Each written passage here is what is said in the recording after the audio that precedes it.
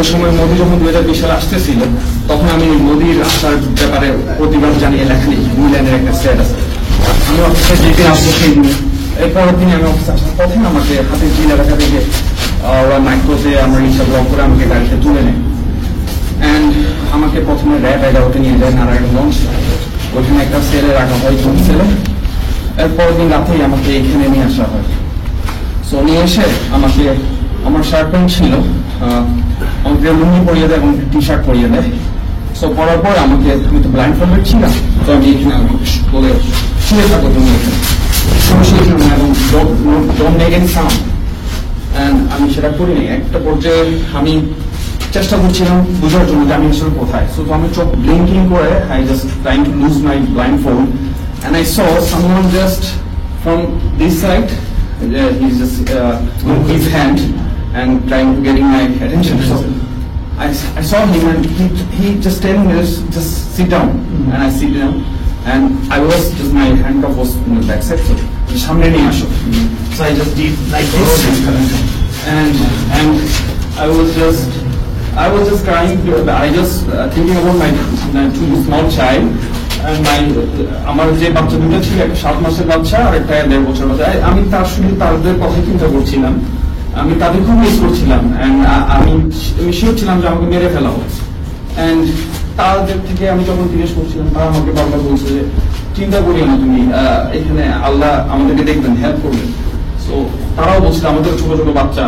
আমি তাদেরকে তখন জিজ্ঞেস করছিলাম যে তোমরা কয় বছর ধরে এখানে? তো কে বলে 1.5 বছর, পাশে ও একজন ছিল বলে ও 3 বছর, একটা 17 বছরের বাচ্চা ছিল, রোহিঙ্গা থেকে ওকে গুম করে আনা হয়। এই পাশে আরো 2 জন ছিল। এটা এখানে তখন এসে গেছে আমাদের প্রত্যেকটা কমিউনিকেশন প্রমাণ ইশারায় হচ্ছে, কারণ এবং যে ইশারা যখন বুঝতাম না এখানে দেওয়াল ছিল তখন মুভ করে ফেলেছে। হ্যাঁ, আমরা তখন মানে যখন যে কথা ইশারা বুঝতাম না তখন লিখে মানে বোঝানোর চেষ্টা করতাম।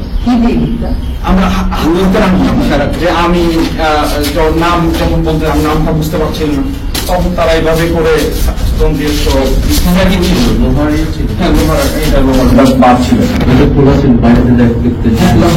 আমরা অপোজিটে আমি দেখছি না। তো ওরা তো আসলে আমাদের বিক্ষোভে সাউন্ড করতে মানা করতো। তো ওরা যখন আসতো তখন সাথে সাথে আমরা আবার ব্লাইন্ড ফোল্ডে যখন নামি আমরা আবার পিছন দিকে শুয়ে যেতাম। সেইভাবে করে আমাদের দিনগুলো পার হতো। এবং তারা এবার এই পাশে আমার ডান পাশে একটা ছেলে ছিল, সো কিছুক্ষণ পর পর সে খুব মারতো। তো কোন মারতো এবং ও যতক্ষণ কান্না থামাতো না, চিৎকার থামাতো না, ওকে মারতো। সো আমি তখন জিজ্ঞেস করতাম ও কেন মারতেছে। তো সব হয়ে ও ওকে মারতে মারতো পাগল হয়ে গেছে এবং ন্যাংটা দাঁড়ায় থাকতো, এই জন্য ওকে মারতো। এবং ওকে যতক্ষণ ও সাউন্ড বন্ধ করতো না। সো আমার এই পাশে আমি আরো 4-5 জনকে দেখি, কেউ 1.5 বছর, কেউ 2 বছর, কেউ 3 বছর ধরে এরকম ছিল। সো এইভাবে করে আমাদের আমার এখানে আমার 6 জন ছিল। আপনি পাশে আমি 10 ডেজ ছিলাম। তোমাকে গেছিল যে মোদির বিরুদ্ধে স্ট্যাটাস আছে, আর পরে বলছি নিজের কোনো পরিচয় জানতে পেরেছিলে? আমি একজনের নাম জানাচ্ছি সাইফুল, 2 জনের নাম জানতাম, 2 জনের নামই সাইফুল ছিল। পলিটিক্যাল অ্যাক্টিভিস্ট বা ছাত্র? আপনার নাম কিছুই না। আপনার নাম? মাস্টার আমার চৌধুরী। কিছু ছিল না, এখানে একটা ইয়া ছিল, কম্বলের একটা এক লেয়ারের কম্বল, একটা বিছানা ছিল, কোন বালিশ টালিশ ছিল না, একটা কাপড় ছিল। সাইফুলদেরকে তুমি আর খুঁজেছিলে, জানো ওদের কি অবস্থা? আমি শুনেছি সাইফুল মানে পরবর্তীতে ওকে ছেড়ে দেওয়া হয়, বাট ও কোথায় আমি আর ট্রেস করতে পারি। কবে থেকে কবে ছিলেন, কোন সময়? 2020 সালের মার্চের 1 তারিখ থেকে 10 তারিখ পর্যন্ত। ও আচ্ছা, আমাকে এরপর 10 দিন আসার পরে আমাকে যখন ওরা এখান থেকে নিয়ে যায়, আমাকে ফিস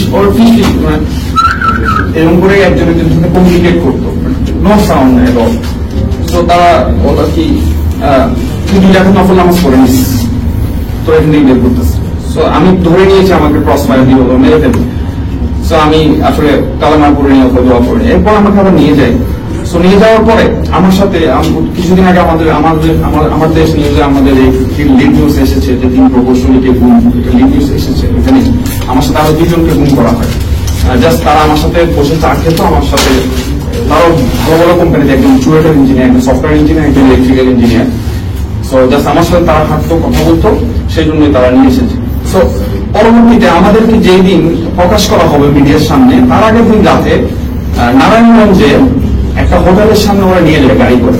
আমরা 3 জন এবং সাথে আরেকজন হুজুর, যাকে আরো 2 সপ্তাহ আগে গুম করে তারা লিখেছিল ল্যাবের অবস্থায়।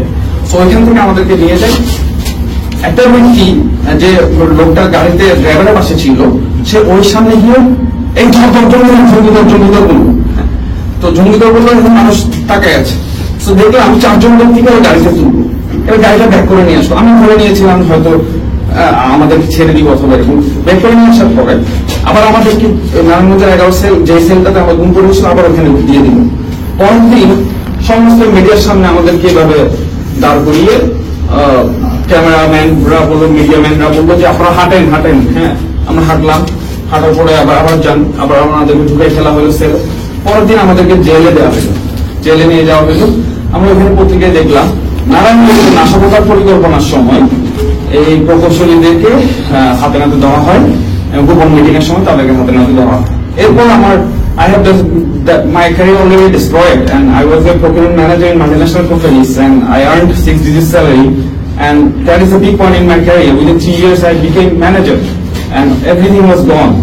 And still, I am suffering in financial crisis. I have 3 children, and আমি কেসে এখনো হাজিরা দিই, আমার কেসটা এখনো চলছে। জঙ্গি নাটক ওই জঙ্গি মামলাটাই এখনো চলছে, আমি এখনো হাজিরা দিই। পাশাপাশি আপনি ওই কোন সেলে